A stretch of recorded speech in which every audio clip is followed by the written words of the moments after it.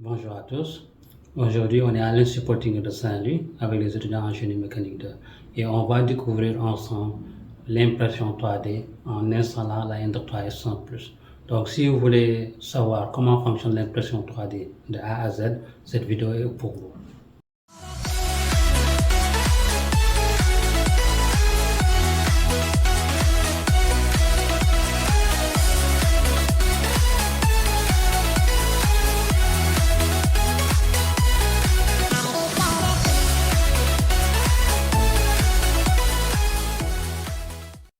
Là, il ne faut pas trop serrer pour le moment.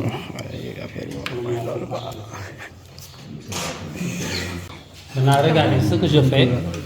Je prends une équerre et je vérifie que c'est bien en angle droit.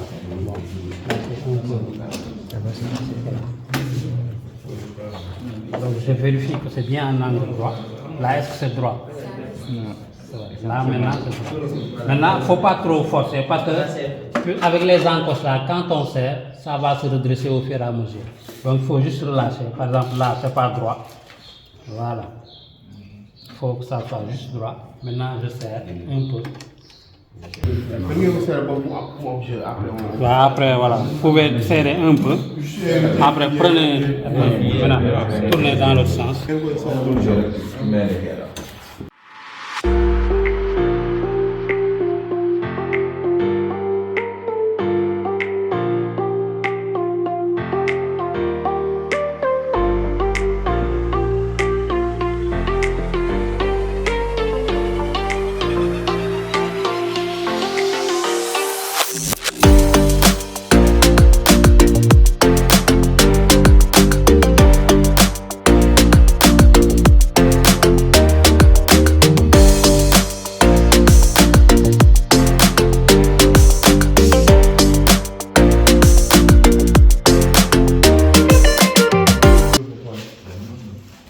C'est bon, il faut mettre les vis comme ça, regarde.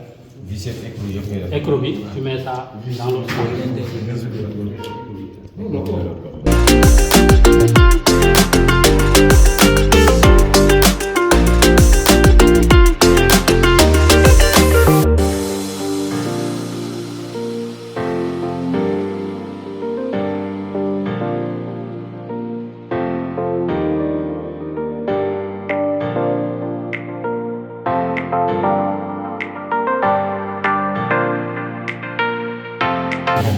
En fait, Connecté au câble. Ah ok, c'est que Il y a un interrupteur ici pour allumer et éteindre la lumière. ok. Ouais, tu branches. Il faut bien regarder les encoches. Il y a un détrompeur, voilà.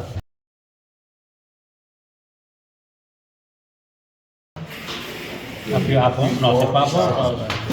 C'est pas droit, c'est pas. Voilà, c'est ça. Maintenant, celui-là, il entre ici.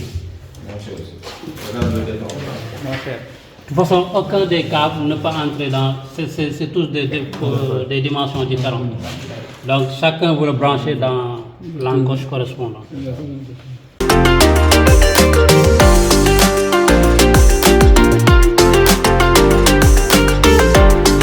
Maintenant, on va installer l'extrudeur, la tête.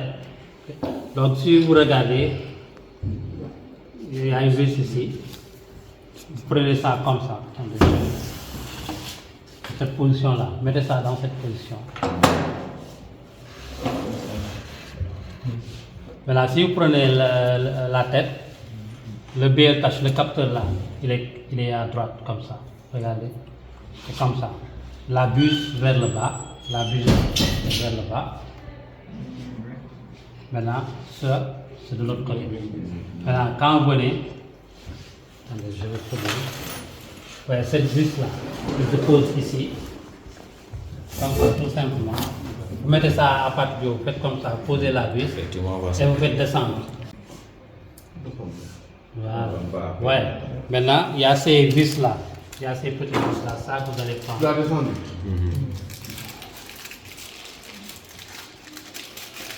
Ça, ça droit. Voilà.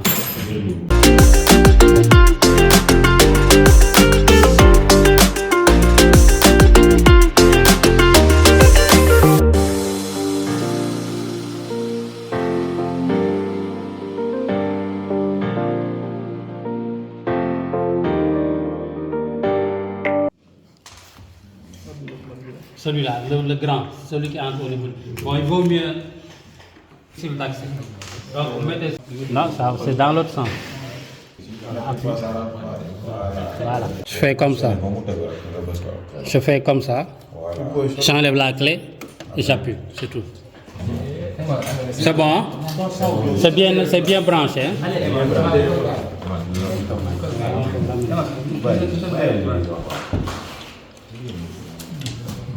Il ne faut pas faire comme l'erreur que j'avais faite au début. J'ai fait par là. Ensuite, maintenant, ça, maintenant, faites comme ça. Il faut ouvrir d'abord. Il faut ouvrir d'abord. Regarde, tu ouvres d'abord les ergots là. Maintenant, tu positionnes ça. Il faut faire attention parce que c'est fragile. Maintenant, regarde, quand c'est bien positionné, tu appuies doucement.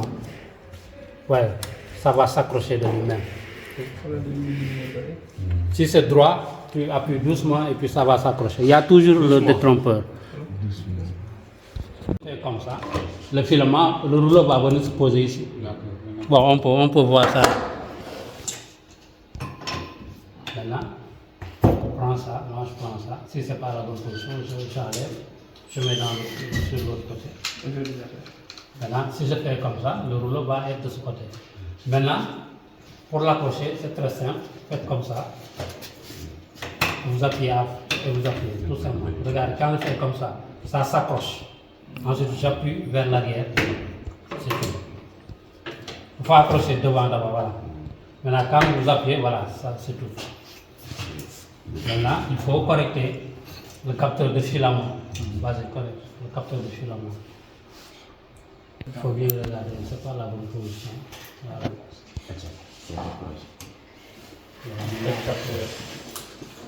Je peux ajuster la position comme je veux. C'est bon? Maintenant, si je mets le rouleau, ça ne va pas s'appuyer sur le rouleau. Donc, maintenant, ils ont changé. Je ne sais pas s'ils ont volé mon idée ou bien ils ont changé. Ça, si vous regardez ma chaîne YouTube, il y a une vidéo que j'ai faite sur un type de support sans friction, ou bien avec très peu de friction. C'est-à-dire qu'ici, il y a des roulements qui facilitent le mouvement. Sur les autres, il n'y en a pas. Donc ça, c'est fixe, ça ne bouge pas, ça ne tourne pas. Mais ça tourne. D'ailleurs, moi, après, l'inconvénient que j'ai trouvé, c'est que parfois, quand l'extrudeur tire, c'est tellement libre que ça tourne trop vite et puis parfois le filament se déroule. Donc, finalement, j'ai dû serrer ça encore pour que ça ne tourne pas aussi librement. Donc, mais eux, ils ont fait ça. Donc ça tourne. Donc ça, c'est prêt. Maintenant, qu'est-ce qui reste? Le pont. Puis, pour enlever le support. C'est le support qu'on va installer d'abord. Le support. Donc il y a ces 4 vis là. Vous ne prenez que les 3. Les longues vis là. Vous n'avez besoin que des 3.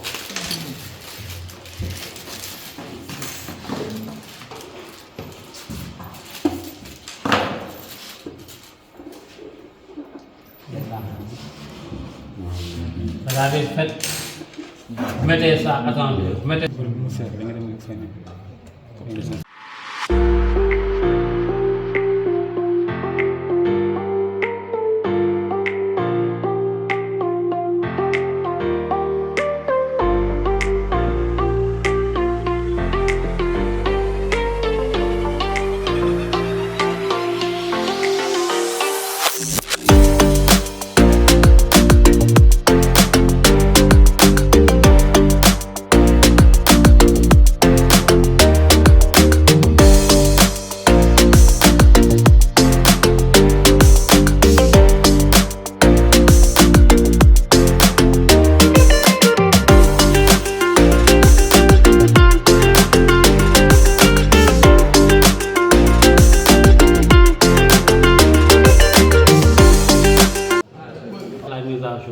Maintenant, les nouveaux firmware, il y a une possibilité de visualiser une miniature de l'objet qu'on va imprimer.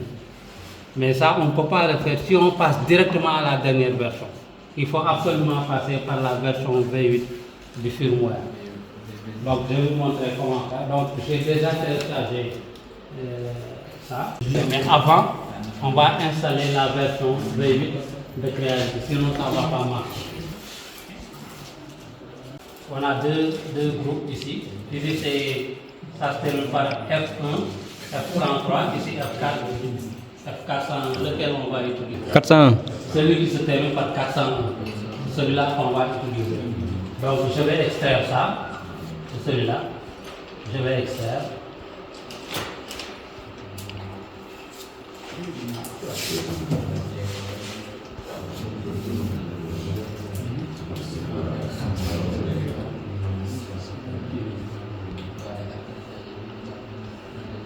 Voilà, maintenant, il y a ces fichiers-là. Le D87, c'est pour l'écran. Maintenant, celui-là, ce dossier-là qu'on va prendre, parce que tout à l'heure, je vous ai expliqué, avec le 101, avec le F1, on copie directement sur la carte mère. Mais avec le 104, avec le 401, F4, on a besoin de mettre ça dans ce dossier-là. STM prend le F4-AT. Donc, c'est ce dossier-là qu'on va copier sur la carte mère. Si vous regardez dans le sachet, il y a une carte mère. Prenez la carte mère. Tu amènes la carte mère.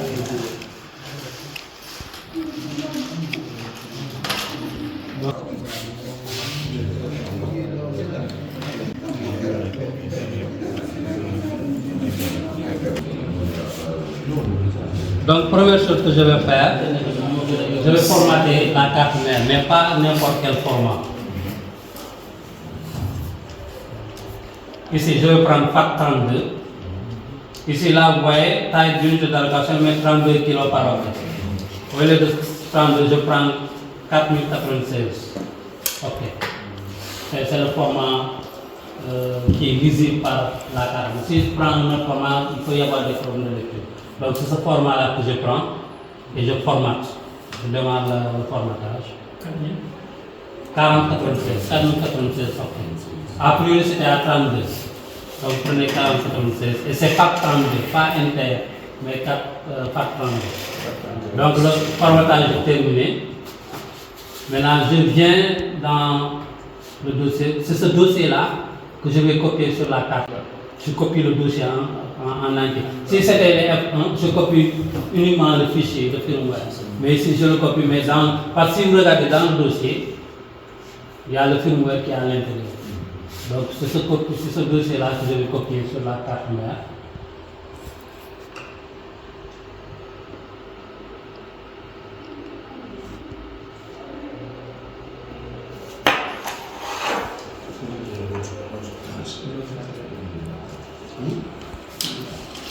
Voilà, maintenant, j'éteins la machine d'abord. Voilà, comme ça. Tu appuies à fond. Maintenant, tu allumes. Voilà. Maintenant, ça va faire. Là-bas, regardez dans les réglages, quelle est la version. Allez dans à propos. D'abord, c'est quelle langue? Sur réglage, la roue dentée. Maintenant, en bas, à droite, il y a une globe là. C'est là-bas qu'il faut appuyer pour avoir la langue.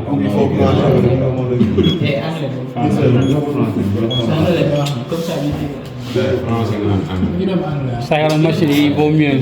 Anglais, c'est bon, vous avez mis ça en français. Maintenant, vous allez dans concernant. Ouais, c'est que la traduction française n'est pas très bonne pour ces machines-là. C'est ça, c'est mieux, anglais, c'est mieux. Si vous allez à concernant, vous voyez la version qui est installée. Quelle est la version qui est installée là-bas?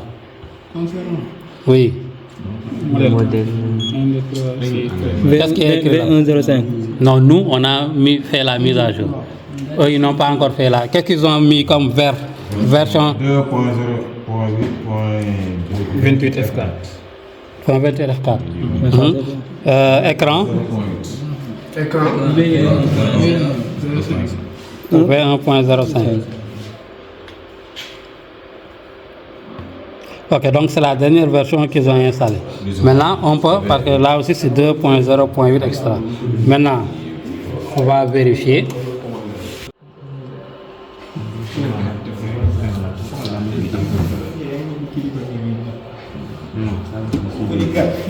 Donc on va faire la mise à jour de l'écran. Donc vous éteignez, vous mettez la carte faites la mise à jour de la carte mère d'abord, après on va faire la mise à jour de l'écran.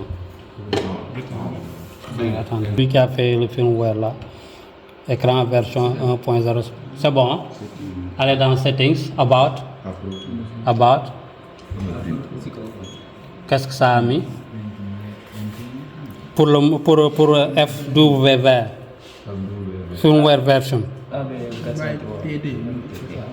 ABL V031 by TT. Donc la carte mère, le firmware est mise à jour. Mais vous verrez que si vous voulez faire certaines choses, certaines options ne fonctionnent pas. Parce qu'on n'a pas encore fait la mise à jour de l'écran. Maintenant, pour ça, il nous faut une carte mémoire, une petite carte mémoire.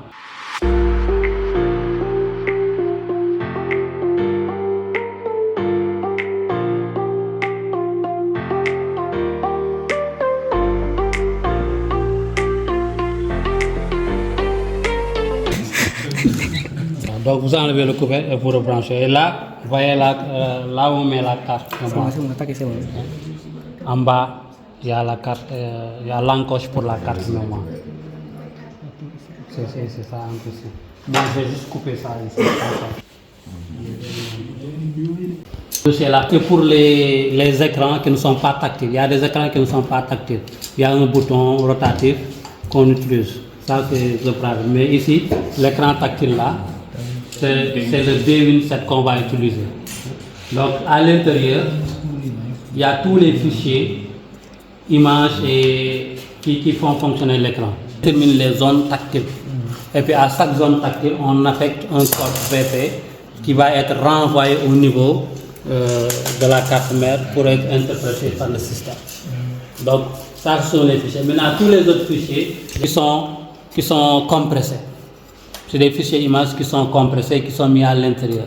Donc, tout ça, si je veux mettre, par exemple, si je dois changer cet écran-là, quand je fais le changement, après je vais devoir sélectionner tous les fichiers images, je les compresse dans un fichier ICL. Maintenant, pour l'affichage, c'est le fichier screen.icl. C'est celui-là qui va être compressé. Il y a un logiciel qui permet de faire cette compression-là pour générer les fichiers ICL. Parce que même si vous changez l'image là, sans le mettre dans un fichier ICL, ça ne va pas apparaître. Donc tous les changements vont être mis dans le fichier ICL.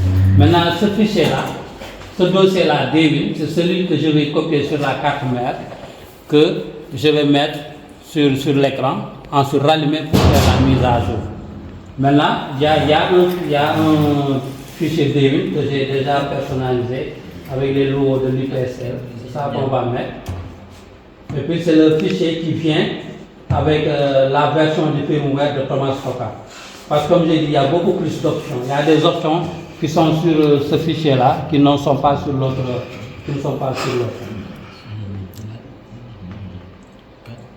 Donc c'est celui-là qu'on va utiliser. Et je vais vous montrer un peu la personnalisation. Bon, je ne suis pas un artiste, je ne suis pas un infographiste, mais j'ai juste essayé de... C'est ça que j'ai fait. Okay?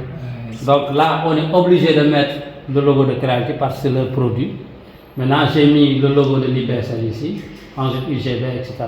Bon, cette zone-là, on est obligé de laisser comme ça parce que c'est là où va apparaître l'animation de démarrage de Creality.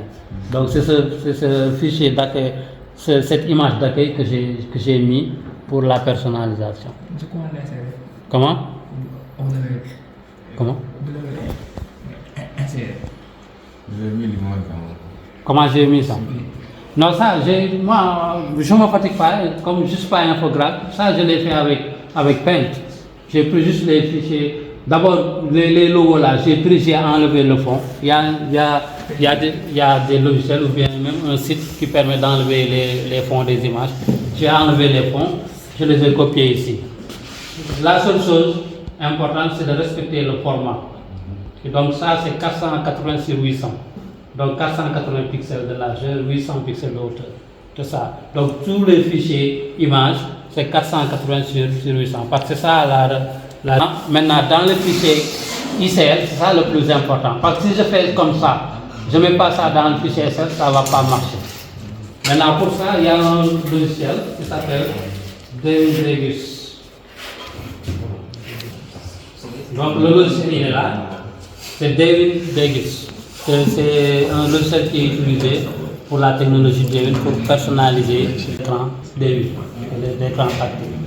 Donc pour ça, il y a beaucoup d'autres options, par exemple pour créer les boutons, les zones tactiles, etc. Il y a un projet HMI. HMI c'est Human Machine Interface, donc interface machine-humaine. Je ne vais pas entrer dans ces détails aujourd'hui. Mais c'est pour générer le fichier ICL. Quand j'ouvre le fichier, quand j'ouvre le logiciel, en bas, je vais carrément emballer, il y a Devin ICL Generation. Je clique là.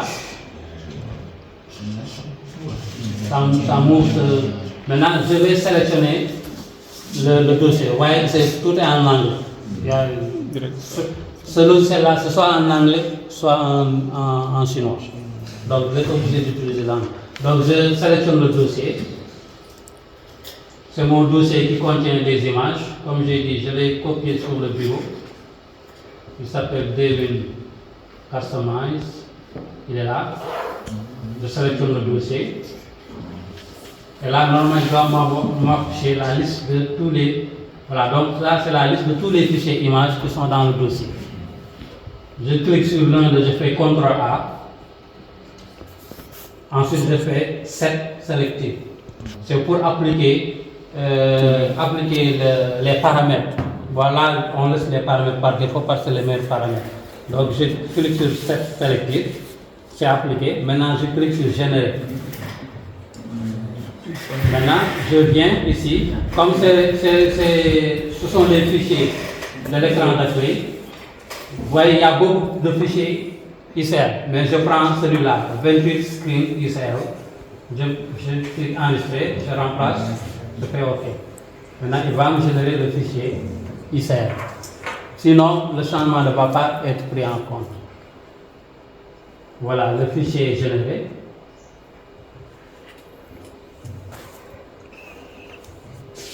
Maintenant, si on va dans le dossier,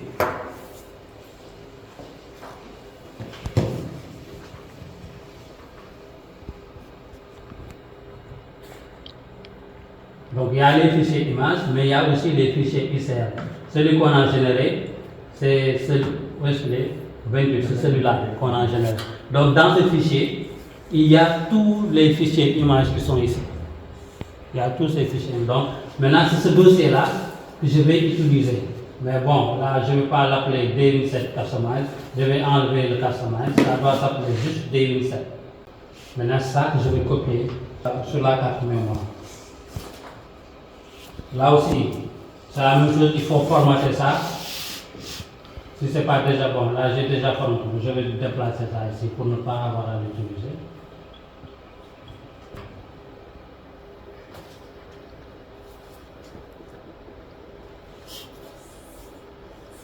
Voilà, maintenant je copie mon fichier, mon dossier au niveau de la racine de la carte mère directement.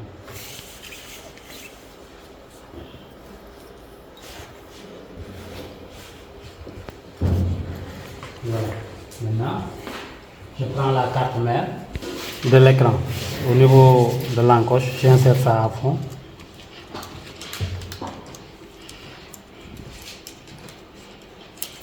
Voilà, maintenant j'allume l'imprimante et je le laisse travailler.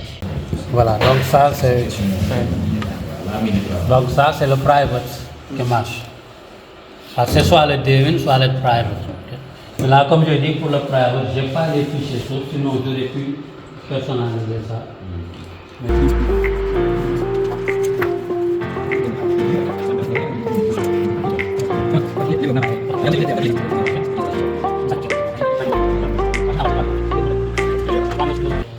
Non, il fait ça. Le nouveau publisher là. Fais-moi ça.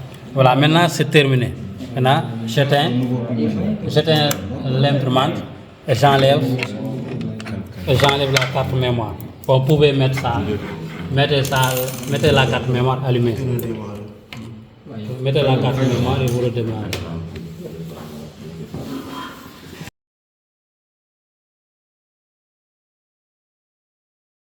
Activer la reprise après coupure de courant, power loss recovery. Ici, ça permet d'activer ou de désactiver le capteur de filament.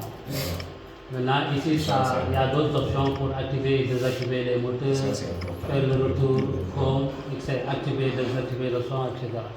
Ici, on a la température de la buse. En bleu, c'est la température cible et en blanc, c'est la température actuelle.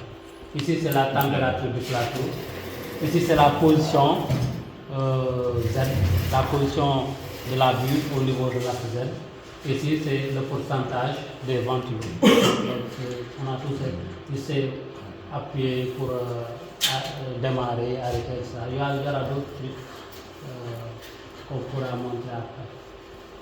Donc, vous voyez ça, il y a beaucoup plus, parce que sur l'original, celui qui était dessus, ce qu'on avait comme écran, je vais vous montrer ça.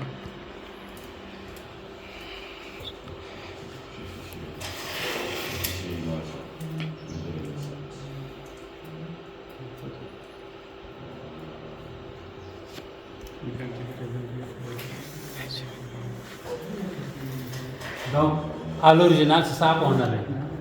Il y avait ces éléments-là. Donc, vous voyez que sur l'autre écran, il y a beaucoup plus d'options. Il y a beaucoup plus d'options. Okay? Et tout est accessible directement à partir de l'écran d'accueil. Alors qu'ici, par exemple, pour certaines fonctions, il fallait aller dans paramètres, etc. Donc, il n'y a que ça. Alors que là-bas, on a tous ces éléments. C'est ça la différence. Et puis là, il y a la possibilité aussi de visualiser l'objet qu'on imprime. Alors qu'avec la première firmware, on ne pouvait pas avoir ça, l'original. On ne pouvait pas avoir ça. Donc là-bas, ce n'est pas encore terminé. C'est terminé. Voilà, tu éteins. Ensuite, tu enlèves la carte. Maintenant, vous pouvez fermer et refermer l'écran. Comment c'est laquelle ça? Je vais voir. Attends, voilà, je vais...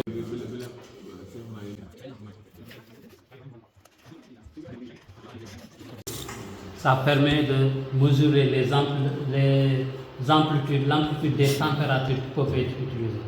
Parce que quand on dit par exemple de mettre la buse à 200 degrés, ça ne vient pas, ça s'arrête automatiquement à 200 degrés. Parfois ça dépasse 200, ça revient, etc. Donc il y a un seuil de tolérance qui va être appliqué. Maintenant c'est le PID Autotune qui va permettre de faire ça. Donc on va le faire aussi bien pour la buse que pour le plateau. Donc on va utiliser les températures qu'on utilise généralement. Pour la buse, on va mettre ça à 210 ou bien 220. Pour le plateau, on met ça à 60, etc. Maintenant, si on n'a pas ce firmware-là, on est obligé de faire ça en utilisant les commandes Marley. On connecte la machine à l'ordinateur par câble. On utilise par exemple un outil comme Pronterface.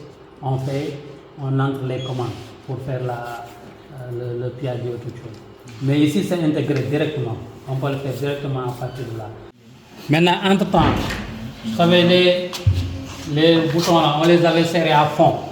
Maintenant, vous les desserrez 1 ou 2 tours maximum. Vous les desserrez 1 ou 2 tours maximum. Moi j'utilise mon doigt pour mesurer. Quand je pose comme ça, je fais un demi-tour, 1, 2, 3, 4, ça fait 4 tours. Par exemple, je fais comme ça, je vais à l'autre.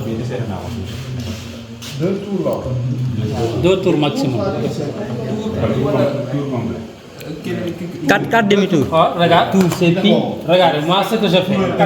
Oh, si je pose mon doigt ici, le côté opposé c'est là. Je pose mon doigt ici, je tourne. 1, ça fait un demi-tour.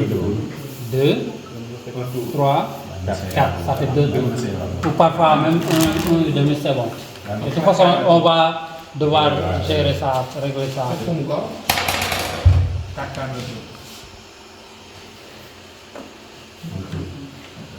Bon, c'est une étape qui peut prendre beaucoup de temps comme qui peut prendre très peu de temps. Ça dépend de la précision.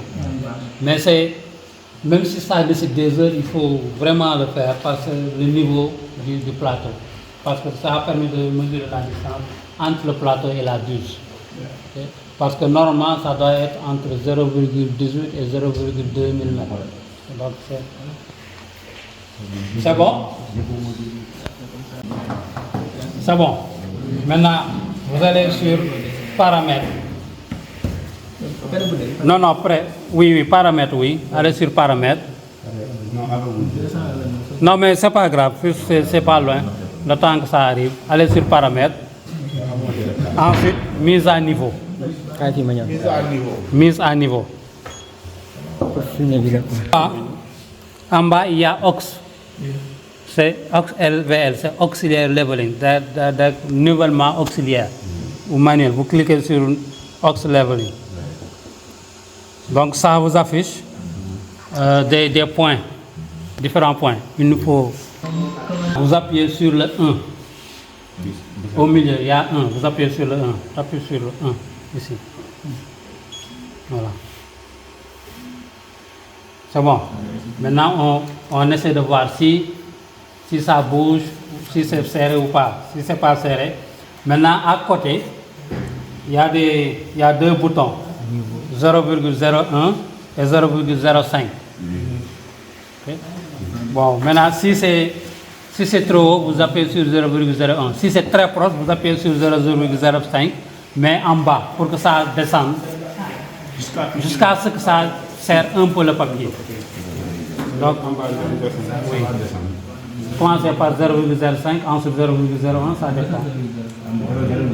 Oui, appuie une fois. Tu appuies et puis tu tires le papier en même temps pour vérifier si c'est serré.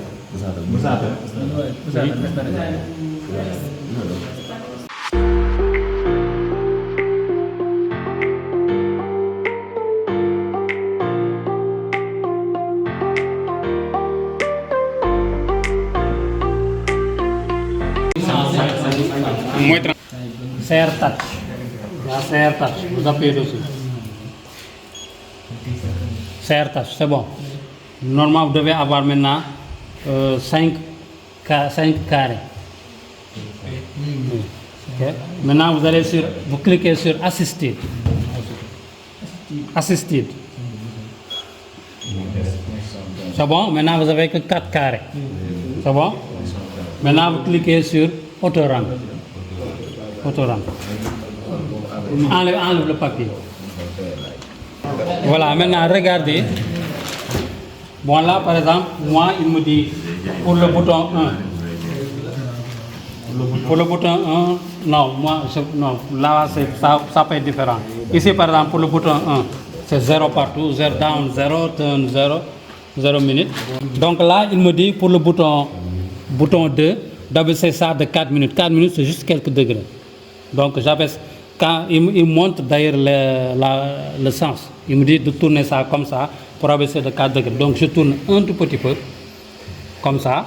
Pour le bouton 3, il me dit d'abaisser un tour 5 minutes. Donc ici je fais carrément un tour et 5 minutes. Ici il me dit de faire juste 43 minutes. Down, je fais comme ça. Ensuite je refais Autorang. Donc là ça finit. Donc qu'est-ce que ça dit? Le bouton de C. Donc ici, down 14 minutes, je fais juste comme ça. Ici c'est down 15 minutes, je fais comme ça. Ici c'est down 1 minute, je fais juste comme ça. Un tout petit coup, je refais la même chose. Il faut vraiment prendre le temps nécessaire pour ça.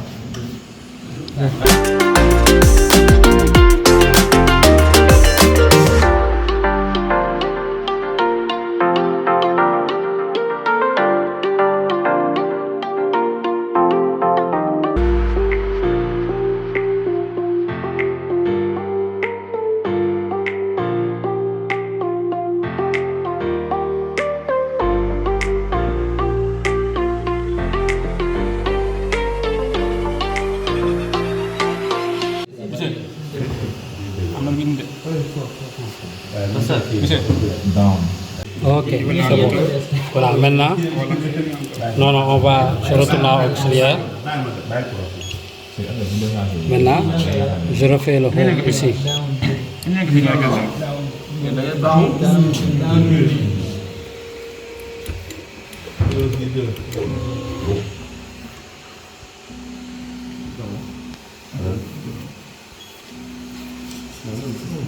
amène la feuille. Pose la feuille. Voilà, appuie sur le 1. En bas. Le 1 là, ici. Ok, d'accord.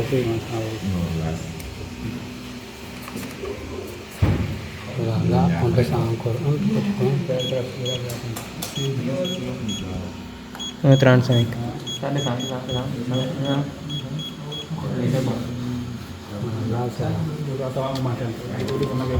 Le capteur est trop proche, ça va pas se déployer.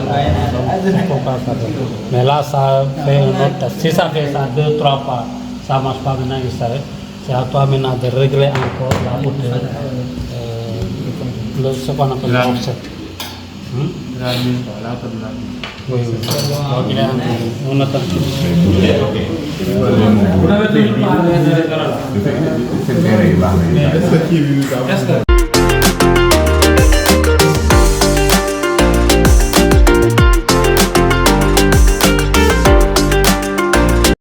je mets 100, vous voyez, ça se met à 100. Ensuite, je viens Y aussi, je mets 100, je valide. Donc, je suis à 100, 100. 100 sur X, ça, ce sont les coordonnées de mon point de départ. Maintenant, je mets le Z à 0. Et je le laisse descendre.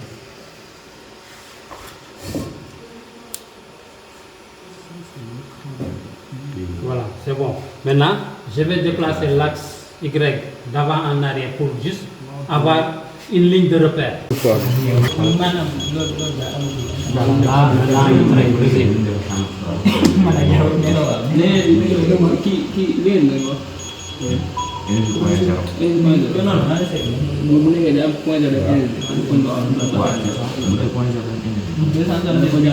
Voilà, maintenant, je vais déplacer l'axe X jusqu'à ce que la pointe soit sur la ligne à peu près, de la façon la plus précise possible. Donc, je vais commencer par déplacer de 10 mm. Bon, là, je vais prendre 1 mm. Là, c'est bon. Ou bien, je reviens. Là, c'est bon. C'est sûr que c'est bon.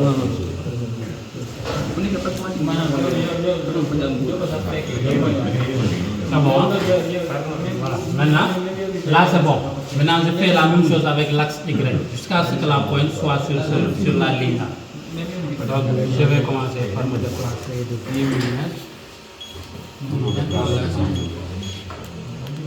Il faut bien regarder de l'autre côté. Il faut avoir l'œil précis. Un peu, par là.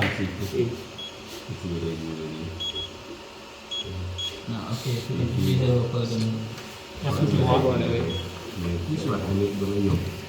Ah, voilà, là c'est bon. Là c'est bon. Maintenant, si je regarde les coordonnées, ici j'ai X 131, X2 131, Y2 141. Maintenant, les offsets pour X, ce sera X1 moins X2. Donc, ça va faire 100 moins 30, 131, ça me fait moins 31. Maintenant, pour Y, ce sera moins 41. Donc, ce sont ces offsets-là que je vais mettre. 700. Validé. Là, ça a fini de Maintenant, là, on va regarder. Maintenant, si la première marque arrive exactement au niveau de l'X2, ça veut dire que c'est précis. La première marque. Maintenant, si ça ne vient pas, ou bien si c'est trop, ou bien si ça ne vient pas carrément, on mesure tout simplement. Ça, c'est pas normal. Qu'est-ce que ça fait? Ouais, ça vient exactement à combien? À 20 mm. Donc, ça veut dire que notre extérieur a sorti exactement 100 mm.